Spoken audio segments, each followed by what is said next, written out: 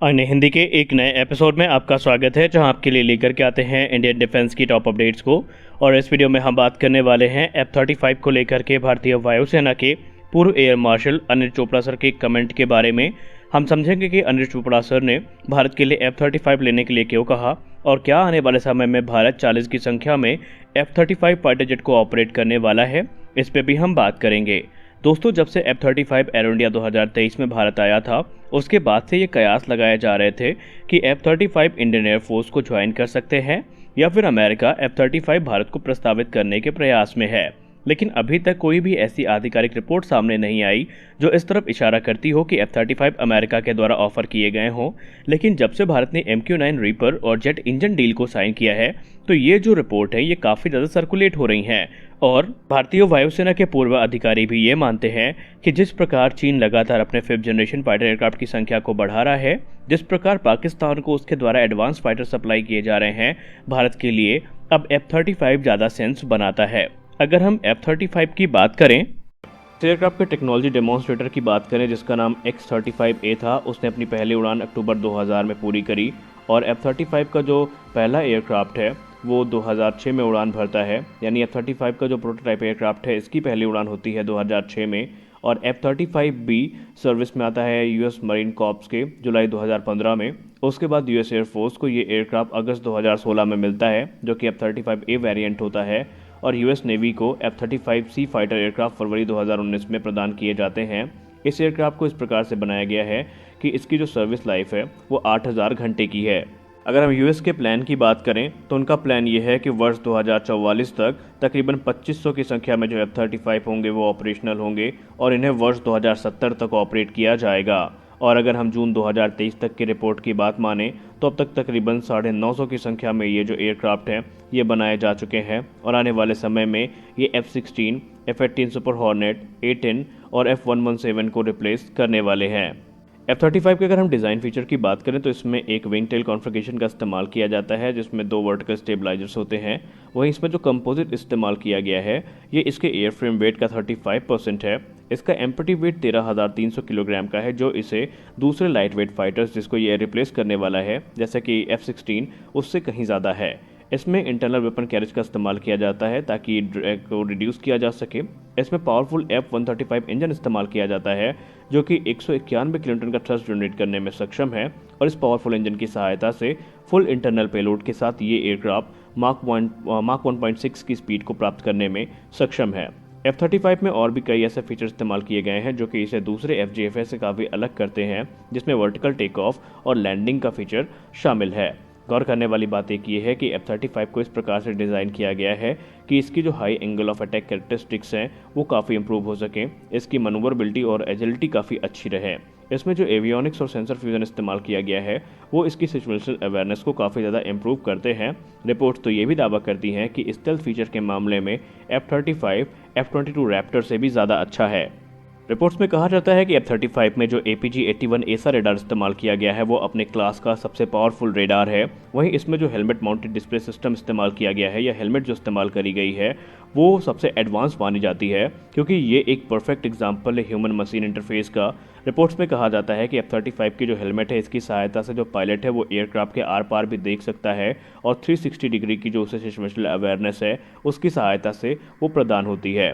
और यही सारी चीज़ें F-35 को सबसे कैपेबल फाइटर भी बना देती हैं 5th जनरेशन का। वहीं इसमें top and electronic warfare system भी इस्तेमाल किए गए हैं और F-35 को already man unman teaming role में भी टेस्ट किया जा चुका है। अब अगर हम वेपन प्लेटफॉर्म की बात करें तो इसमें 2 इंटरनल वेपन बेस का इस्तेमाल किया जाता है, यानी कि हम बात करें अगर इंटरनल वेपन बेस की तो प्रत्येक में 2 वेपन स्टेशन दिए गए हैं। और अगर हम नॉन स्टेल्दी मिशंस की बात करें तो ये 6 एक्सटर्नल वेपन स्टेशन को कैरी कर सकता है, जिसमें अगर हम बात करें पहले कैरेज की तो इसकी जो कैरेज कैपेसिटी है वो 2600 किलोग्राम की है इंटरनल हार्ड पॉइंट्स में। वहीं तकरीबन 6800 किलोग्राम तक का जो वेट है ये अपने एक्सटर्नल हार्ड पॉइंट्स में कैरी कर सकता है, यानी टोटल तकरीबन 8400 किलोग्राम तक के जो पेलोड हैं ये कैरी करके उड़ने में सक्षम है। ये एयरक्राफ्ट अपने साथ जो एडवांस वेपन है उनको कैरी कर सकता है, जिसमें स्टैंड ऑफ वेपन भी शामिल हैं, एयर टू एयर मिसाइल्स भी शामिल हैं। इंटरनल स्टेशंस की बात करें तो उसमें ये AIM-120 एब्रम्स को कैरी कर सकता है। इसके अलावा ये AIM-260 JATM को भी कैरी करने में सक्षम है और अपने प्रोटेक्शन के लिए ये चैफ्स, प्लेयर्स और टोट डिकॉय को भी कैरी करता है। अगर हम बात करें इसके वेपन रैक की, तो यहाँ पर सबसे इंपॉर्टेंट चीज़ ये है कि अगर हम इसको नॉन स्टेल्दी कॉन्फ़िगरेशन में देखें तो ये एयरक्राफ्ट काफ़ी ज़्यादा घातक बन जाता है, क्योंकि लगभग सारे वेपन्स को ये कैरी करने में उस समय सक्षम होता है जो आमतौर पर US फाइटर जेट कैरी करते हैं। एक रिपोर्ट तो ये भी कहती है कि मौजूदा समय में जो इंटरनल वेपन स्टेशन है उसमें ये 2 AIM-120 एमरम को कैरी करने वाला है, लेकिन जो ब्लॉक 4 होगा वो तकरीबन अपने साथ 6 जो मिसाइल्स हैं उनको इंटरनल वेपन बे में कैरी करने में सक्षम होने वाला है। खैर, ब्लॉक 4 का जो डेवलपमेंट है वो पूरी रफ्तार के साथ आगे बढ़ रहा है। कहा तो ये भी जाता है कि ये अपने साथ B-61 न्यूक्लियर बॉम्ब को भी कैरी कर सकता है, हाइपरसोनिक क्रूज मिसाइल्स को भी कैरी कर सकता है और आने वाले समय में जो डायरेक्टेड एनर्जी वेपन्स हैं वो भी इससे ऑपरेट करी जाएंगी।